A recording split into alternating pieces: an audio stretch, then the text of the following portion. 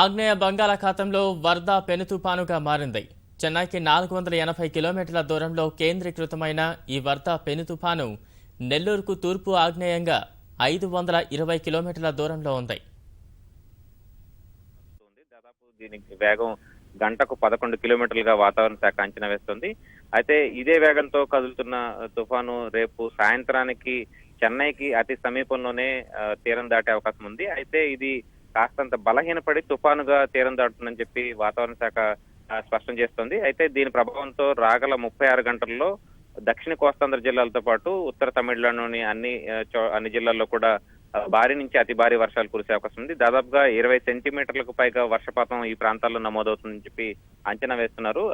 మొత్తం మీద ఈ అన్ని గ్రామాల్లో ఈ అన్ని జిల్లాల్లో కూడా కోస్తాంధ్ర జిల్లాలు అలాగే తమిళనాడు జిల్లాలో ఇప్పటికే యంత్రాంగం అప్రమత్తమైంది. ప్రత్యేకించి ఏపీ యంత్రాంగం అంతా కూడా పూర్తి స్థాయిలో ఆ ప్రాంతంలో ఉన్నటువంటి గ్రామస్తులను ఇప్పటికే సురక్షిత ప్రాంతాలకు తరలించారు. రెవెన్యూ యంత్రాంగంతో పాటు విపత్తు నిర్వహణ శాఖకు చెందినటువంటి అధికార యంత్రాంగం కూడా ఇప్పటికే తీర ప్రాంత గ్రామాల్లో ప్రతి చోట కూడా గ్రామస్తులను తరలించడంతో పాటు అత్యవసర చర్యలు చేపట్టేందుకు ప్రయత్నాలు చేస్తోంది. అయితే విద్యుత్ అలాగే కమ్యూనికేషన్ వ్యవస్థను కూడా పూర్తి స్థాయిలో సన్నద్ధం చేయాలని చెప్పి కూడా ముఖ్యమంత్రి చంద్రబాబు ఆదేశించారు. ఇక ఈ వార్ధ పెను తుఫాను ప్రభావంతో రాగల 36 గంటల్లో దక్షిణ కోస్తాంధ్రతో పాటు తమిళనాడులోని ఉత్తర కోస్తా జిల్లాల్లో కూడా భారీ నుంచి అతి భారీ వర్షాలు అయితే కురిసే అవకాశం ఉంది. ఈ రాత్రి నుంచి వర్ష ప్రభావం అయితే భారీగా కొనసాగే అవకాశం ఉంది. ప్రస్తుతం తుఫాను కేంద్రకం వద్ద దాదాపుగా 135 నుంచి 145 కిలోమీటర్ల వేగంతో బలమైన గాలులు వీస్తున్నాయి. దీంతో అదే కేంద్రక స్థానంలో 20 అడుగుల ఎత్తు అలలు కూడా వేగిసిపడుతున్నట్టు కూడా వాతావరణ శాఖ చెబుతోంది. అయితే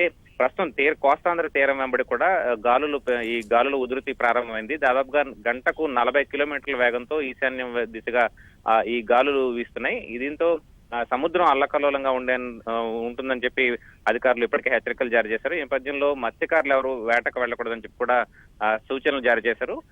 ప్రత్యేకించి కోస్తాంధ్రతో పాటు తమిళనాడు చెన్నై వరకు ఉన్నటువంటి అన్ని పోర్టుల్లో కూడా ప్రమాద హెచ్చరికలు జారీ అయ్యాయి.